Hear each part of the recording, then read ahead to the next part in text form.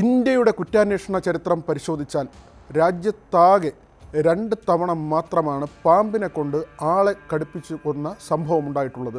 ഒരു case register ചെയ്തത് രാജസ്ഥാനിലാണ്. പിന്നെ ഒരു കേസ് രജിസ്റ്റർ ചെയ്തത് ഇങ്ങ് നമ്മുടെ കേരളത്തിലും കൊല്ലം ജില്ലയിലെ അഞ്ചലിൽ. എല്ലാവരുടെയും മനസ്സിലുള്ള ഒരു സംഭവം തന്നെയാണ് ഉത്രയെ പാമ്പിനെ കൊണ്ട് കടുപ്പിച്ച് കൊന്ന സംഭവം. 2020 മെയ് 6-നാണ് ഉത്ര സ്വന്തം വീട്ടിൽ പാമ്പ് കടിയേറ്റ് മരിച്ച നിലയിൽ കാണപ്പെട്ടത്. കിടപ്പുമുറിയിലായിരുന്നു ഉത്രയുടെ മൃതദേഹം ഉണ്ടായിരുന്നത്. ഇവിടെ നമ്മൾ ചർച്ച ചെയ്യാൻ പോകുന്നത് ആ കേസുമായി ബന്ധപ്പെട്ട അതിൻ്റെ നാൾ വഴികളൊക്കെ പലകുറി ചർച്ച ചെയ്തതാണ്. അതിൻ്റെ കേസ് തെളിഞ്ഞ കാര്യവുമൊക്കെ പലപ്പോഴായി റിപ്പോർട്ട് ചെയ്തിട്ടുള്ളതാണ്. പക്ഷേ അന്ന് അവിടെ പോയി ആ സംഭവം കണ്ടപ്പോൾ മനസ്സിലാക്കിയ കുറേയധികം കാര്യങ്ങളാണ് ഇവിടെ പറയാൻ താല്പര്യപ്പെടുന്നത്. ഈ മരണമുണ്ടായി തൊട്ടടുത്ത ദിവസം ഒരു കേരളത്തിലെ പ്രധാനപ്പെട്ട പത്രത്തിൽ വാർത്ത വരുന്നു. സർപ്പദോഷം എന്ന നിലയ്ക്കാണ്. അതായത് ഭർത്തൃവീട്ടിൽ ഒരു പെൺകുട്ടിക്ക് പാമ്പ് കടിയേറ്റു. പിന്നീട് ഇതേ പെൺകുട്ടി ചികിത്സ കഴിഞ്ഞ് സ്വന്തം വീട്ടിലെത്തുമ്പോൾ ആ വീട്ടിലും പാമ്പ് കടിയേറ്റ് മരിച്ചു. ഈ പെൺകുട്ടിയുടെ വീടിനടുത്തൊരു കാവുണ്ട്. അപ്പോൾ അവിടെ കൃത്യമായിട്ടുള്ള പൂജയും മറ്റും നടക്കുന്നില്ല. അതുകൊണ്ട് സർപ്പദോഷം ഈ വീട്ടുകാർക്കും പരിസരത്തുള്ള നാട്ടുകാർക്കുമൊക്കെ ഉണ്ട് എന്ന തരത്തിലാണ് അന്ന് ആ നാട്ടിൽ ചില വർത്തമാനങ്ങൾ ഉണ്ടായതും അതിൻ്റെ അടിസ്ഥാനത്തിൽ കേരളത്തിലെ പ്രധാനപ്പെട്ട ഒരു പത്രത്തിൽ അങ്ങനെ ഒരു വാർത്ത വരികയും ചെയ്തു. ഇന്നും ഓർക്കുന്നു, ഒരു കോളം വാർത്തയായിരുന്നു ആ പത്രത്തിൻ്റെ ഏറ്റവും ഒടുവിലത്തെ പേജിൽ അങ്ങനെ ഒരു വാർത്ത വായിച്ച സംഭവം. പക്ഷേ ആ വാർത്ത വായിക്കുമ്പോൾ തന്നെ ഒരു അസ്വാഭാവികത തോന്നിയിരുന്നു. തുടർച്ചയായി ഒരാളെ പാമ്പ് കടിക്കുക, രണ്ടാമത്തെ പാമ്പ് കടിയിൽ ആൾ മരണപ്പെടുക. എങ്കിൽ തന്നെയും ആ വാർത്ത വന്നു 2-3 ദിവസങ്ങൾ കഴിഞ്ഞു, അത് വിട്ടുപോയി. പക്ഷേ ഇവിടെ എടുത്തു പറയുന്നത് പോലീസിൻ്റെ നിതാന്തമായ ഒരു ജാഗ്രത, പോലീസിൻ്റെ ഇടപെടൽ.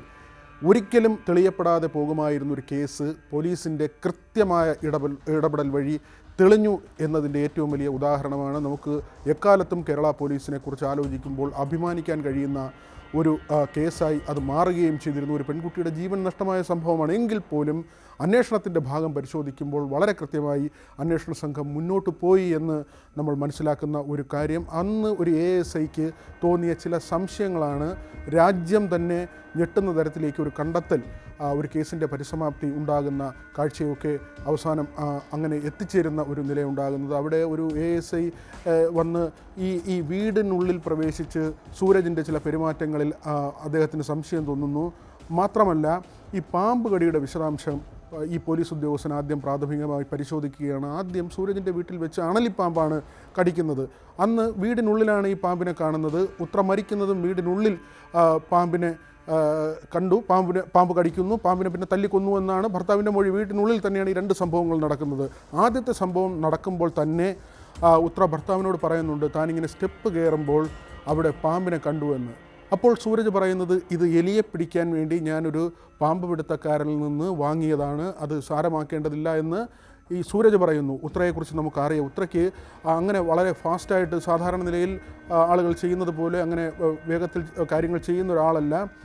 ഓട്ടിസ്റ്റിക് ആയിട്ടുള്ള ചില പ്രശ്നങ്ങൾ ഉള്ള ഒരു പെൺകുട്ടിയാണ്. അതേ രാത്രിയാണ് ഭർത്താവിൻ്റെ വീട്ടിൽ വെച്ച് അതേ അണലിപ്പാമ്പ് ഉത്രയെ കടിക്കുന്നത്. അത് കടിപ്പിക്കുകയായിരുന്നു എന്നത് കണ്ടെത്തി. അതിന് കാരണമായത് ഈ പാമ്പ് കടിച്ച കാലിലെ ഭാഗമായിരുന്നു. അതായത് അണലിപ്പാമ്പ് കടിക്കുന്നത് അതിങ്ങനെ നേരെ സമാന്തരമായി കടിക്കുന്ന ഒരു രീതിയാണ്. ഈ മൂർഖൻ പാമ്പിനെ പോലെ വലിയ തോതിൽ പത്തിയെടുത്ത് ആഞ്ഞ് കൊത്തുന്ന തരത്തിലല്ല അണലി കടിക്കുന്നത് എന്ന തരത്തിലാണ് പിന്നെ ശാസ്ത്രീയമായ ചില വിവരങ്ങളൊക്കെ പുറത്തു വന്നത്.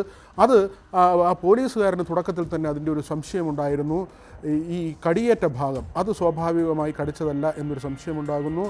മാത്രമല്ല ഈ ആ പെൺകുട്ടിയുടെ വീട്ടിലും പാമ്പിൻ്റെ സാന്നിധ്യം വീടിനുള്ളിലുണ്ടായത്, അത് ജനാല അടച്ചിരുന്നു, മറ്റേതെങ്കിലും വെന്റിലേഷൻ ഉണ്ടായിരുന്നില്ല. അതെങ്ങനെ ആ പാമ്പ് മുറിക്കുള്ളിൽ വന്നു എന്ന സംശയം ആ പോലീസുകാരനുണ്ടാകുന്നു. തുടർന്ന് ഈ പാമ്പിനെ കൊണ്ടുവന്നത് ഏത് സംവിധാനത്തിലൂടെയാണ്, ഏതെങ്കിലും പാത്രമാണോ അല്ലെങ്കിൽ മറ്റേതെങ്കിലും ബോക്സാണോ എന്ന കാര്യം സൂരജിനോട് പോലീസുകാരൻ ചോദിക്കുന്നു. വിശദമായി ചോദ്യം ചെയ്തതോടുകൂടി വീടിന് പിറകിൽ നിന്ന് ദൂരമിട്ട ഒരു പ്ലാസ്റ്റിക് ടിൻ, കണ്ടെത്തുകയാണ്. അത് കൃത്യമായി മൊഴി കൊടുത്തത് സൂരജ് തന്നെയായിരുന്നു. ഈ സമയത്ത് സൂരജിൻ്റെ വീട്ടിൽ സമാന്തരമായി പരിശോധന നടക്കുകയായിരുന്നു. അന്ന് രാത്രി സൂരജിൻ്റെ വീടിന് സമീപത്തെ പറമ്പിൽ നിന്ന് കുഴിച്ചിട്ട നിലയിൽ സ്വർണ്ണാഭരണങ്ങൾ കണ്ടെത്തി. അത് ഉത്രയുടെ സ്വർണ്ണാഭരണങ്ങളായിരുന്നു. ഈ പെൺകുട്ടി കൊല്ലപ്പെട്ട് കഴിഞ്ഞാലും സ്വർണം തട്ടിയെടുക്കുന്നതിന് വേണ്ടിയുള്ളൊരു ശ്രമമാണ് അവിടെ നടന്നത്. അങ്ങനെ ഒരേ സമയം സൂരജിൻ്റെ വീട്ടിലും ഉത്രയുടെ വീട്ടിലുമായി അന്വേഷണം കൃത്യമായി മുന്നോട്ട് പോകുന്നു.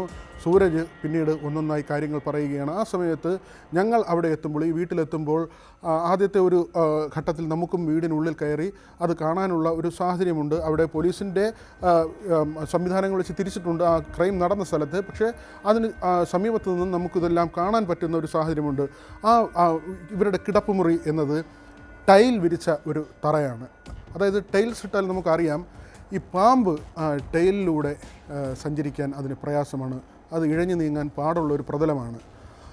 പലപ്പോഴും വീടുകളുടെ മുറ്റത്ത് നമ്മൾ വാർത്തകൾ ശ്രദ്ധിച്ചിട്ടുണ്ടാകുമല്ലോ, പാമ്പ് കടി ഏൽക്കുന്നത് പടിക്കെട്ടിന് വെളിയിലാണ്. വീട്ടിൽ നിന്ന് പുറത്തിറങ്ങുമ്പോൾ പാമ്പ് കടിയേറ്റു എന്നൊക്കെയുള്ള വാർത്തകളാണ് വരുന്നത്. അതായത് ഈ ഗ്രാനൈറ്റിലോ ടൈലിലോ ഒക്കെ സ്വയമേവ സഞ്ചരിക്കാൻ പാമ്പിന് പാടുണ്ട്. അതുകൊണ്ട് തന്നെ പാമ്പ് അങ്ങനെ കയറാറില്ല. മറ്റൊന്ന്, ഈ മരച്ചില്ലകൾ വഴി മറ്റോ ഈ വീടിനുള്ളിൽ പ്രവേശിക്കുന്നതല്ലാതെ ചുമര് വഴി അങ്ങനെ വലിയ തോതിൽ ഊർന്ന് കയറി മുകളിലെ വെന്റിലേഷൻ വഴിയൊക്കെ റൂമിനകത്ത് ഇറങ്ങാനുള്ള സാധ്യതയില്ല. അത് പാമ്പ് പിടുത്തക്കാരനായ വാവ സുരേഷ് അന്ന് അവിടെ വന്ന് കാണുകയും അദ്ദേഹം അത് സ്ഥിരീകരിക്കുകയും ചെയ്തതാണ്. ഒരു തരത്തിലും ഈ പാമ്പ് വീടിനുള്ളിൽ പ്രവേശിക്കാനുള്ള സാധ്യതയില്ല എന്ന് അസന്നിഗ്ധമായി വാവ സുരേഷ് പറയുന്നു. ഈ പറയുന്നത് പോലെ ഞങ്ങൾക്കുമൊക്കെ സംശയമുണ്ടാകുന്നു. സൂരജ് പറയുന്നതാകട്ടെ ഈ പാമ്പ് കടിയേറ്റു എന്ന് മനസ്സിലായതിനു ശേഷം വീടിനുള്ളിൽ പരിശോധിക്കുമ്പോൾ അതിനടുത്ത് തന്നെയുള്ള ഒരു മുറിയിൽ പാമ്പിനെ കാണുകയും അതിനെ തല്ലിക്കൊന്ന് അലമാരക്കടിയിലേക്ക് ഇട്ടുവെന്നാണ് പറഞ്ഞത്. പിന്നീട് വീട്ടുകാർ വന്ന് ഈ പാമ്പിനെ പുറത്തേക്ക് പോവുകയായിരുന്നു. പക്ഷേ അവിടെയും കേരളത്തിൽ മാത്രം നടന്ന ഒരു ഡമ്മി പരിശോധനയുണ്ട്. ഒരുപക്ഷെ CBI ഡയറിക്കുറിപ്പ് സിനിമയിലൊക്കെ നമ്മൾ കണ്ടിട്ടുള്ള ഒരു ഒരു ഡമ്മി പരീക്ഷണം. അന്ന് ഹരിശങ്കർ ആയിരുന്നു കൊല്ലം റൂറൽ SP. അദ്ദേഹത്തിൻ്റെ നേതൃത്വത്തിൽ ഈ പാമ്പിനെ കൊണ്ട് ഡമ്മിയിൽ ഘടിപ്പിച്ചുള്ള ഒരു പരിശോധന നടന്നു. അത് വനം വകുപ്പിൻ്റെ കേന്ദ്രത്തിലാണ്, അരിപ്പ എന്ന പ്രദേശത്ത് വനം വകുപ്പിൻ്റെ കീഴിലുള്ള ഒരു കെട്ടിടത്തിലാണ് ഈ പരിശോധന നടന്നത്. അതായത് ഒരു മൂർഖൻ പാമ്പിനെ കൊണ്ടുള്ളൊരു പരിശോധനയായിരുന്നു. അതിൻ്റെ ദൃശ്യങ്ങളും പിന്നീട് പുറത്തു വന്നു. പോലീസ് തന്നെയാണ് പുറത്തുവിട്ടത്. ഇങ്ങനെ ഒരു പാമ്പ് സ്വാഭാവികമായി കയ്യിൽ കൊത്തുമോ എന്നതായിരുന്നു. അതായത് കട്ടിലിൽ ഒരാൾ കിടക്കുന്നു, താഴെ ഇഴഞ്ഞു വരുന്ന ഒരു പാമ്പ് അത് ഈ കട്ടിലിലൂടെ ഊർന്നു കയറി അങ്ങനെ ഹൈറ്റിൽ ഒരാളുടെ കയ്യിൽ കൊത്തുമോ എന്നതായിരുന്നു. ഒരു കാരണവശാലും അങ്ങനെ ആ പാമ്പ് കൊത്താനുള്ള സാധ്യതയില്ല എന്ന് കണ്ടെത്തി.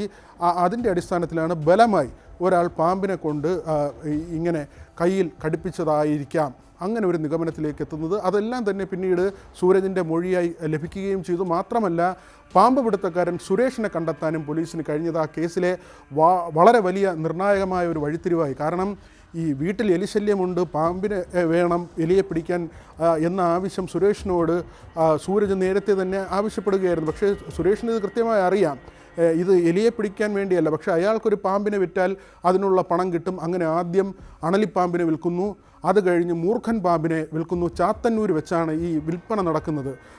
ഈ കാര്യം കൃത്യമായി സുരേഷ് പറയുന്നു. പിന്നീട് സുരേഷും ഈ കേസിൽ പ്രതിയായി. സുരേഷിനെതിരെ വനം വകുപ്പിൻ്റെ നിയമങ്ങൾ കൂടി ചേർത്ത് അത് സൂരജിനെതിരെയും ചേർത്തിട്ടുണ്ട്. ഇത്തരത്തിൽ തന്ത്രപരമായി നടത്തിയ ഒരു കൊലപാതക ശ്രമമാണ്. പക്ഷേ ഇവിടെ പറയാൻ ഉള്ള കാര്യം, ആദ്യത്തെ പാമ്പ് കടിയിൽ ഒരുപക്ഷെ ഉത്ര മരിച്ചിരുന്നെങ്കിൽ, അണലിപ്പാമ്പിൻ്റെ കടിയിൽ ഉത്ര മരിച്ചിരുന്നെങ്കിൽ ഈ കേസ് ഒരു കാരണവശാലും തെളിയാൻ പോകുന്നില്ലായിരുന്നു. അല്ലെങ്കിൽ ഇതൊരു സാധാരണ പാമ്പ് കടിയായി അവസാനിക്കുമായിരുന്നു. ഉത്രയുടെ വീട്ടുകാർക്കൊരു സംശയം തോന്നില്ലായിരുന്നു. ഉത്രയെ പാമ്പ് കടിച്ചു, ഈ മരണം സംഭവിച്ചു എന്നുള്ള ഒരു സ്ഥിരീകരണം. പക്ഷേ ആ അറ്റംപ്റ്റിൽ മരിക്കാത്തതുകൊണ്ട് സൂരജ് മോഡ് ഓഫ് ഓപ്പറാൻഡി എന്ന് നമ്മൾ പറയുന്ന കാര്യം, അതേ കാര്യം തന്നെ വീണ്ടും ആവർത്തിച്ചു. അങ്ങനെ പാമ്പിനെ കൊണ്ട് തന്നെ കടുപ്പിച്ച് കൊന്നു. അവിടെയാണ് ഈ സംശയം തോന്നിയതും ഒരു ASIക്കുണ്ടായ സംശയം ഒടുവിൽ ഒരു പ്രമാദമായ കേസ് തെളിയുന്ന നിലയിലേക്ക് കാര്യങ്ങളെ കൊണ്ടുചെന്ന് എത്തിച്ചതും. ഇത് പറയാൻ, ഇപ്പോൾ ഈ കേസിനെക്കുറിച്ച് പറയാൻ കാരണം, നമ്മൾ പുനലൂരിൽ റബ്ബർ തോട്ടത്തിൽ ചങ്ങലയിൽ മൃതദേഹം കണ്ട ദിവസങ്ങളാണ്. അതിൻ്റെ അന്വേഷണം പുരോഗമിക്കുന്ന ദിവസമാണ്. ഇത് അഞ്ചലിൽ നടന്നൊരു സംഭവമാണ്. പുനലൂരിൽ നിന്ന് വളരെ അകലെ അല്ലാതെയാണ് അഞ്ചൽ. ഈ അഞ്ചലിലെ കാര്യം നമ്മളിപ്പോൾ പറയുന്നു. കേസ് തെളിഞ്ഞ കാര്യമാണ്. കഴിഞ്ഞ ദിവസം നമ്മൾ പറഞ്ഞു, ഭാരതീപുരത്ത് കോൺക്രീറ്റിന് അടിയിൽ സഹോദരനെ കൊന്നു കുഴിച്ചു മൂടിയ കേസ്, അത് കേരള പോലീസ് തെളിയിച്ചു. അതുകൊണ്ട് തന്നെ പുനലൂരിലെ കേസും കേരള പോലീസ് തെളിയിക്കുമെന്ന് തന്നെ നമുക്ക് ഉറച്ചു വിശ്വസിക്കാം.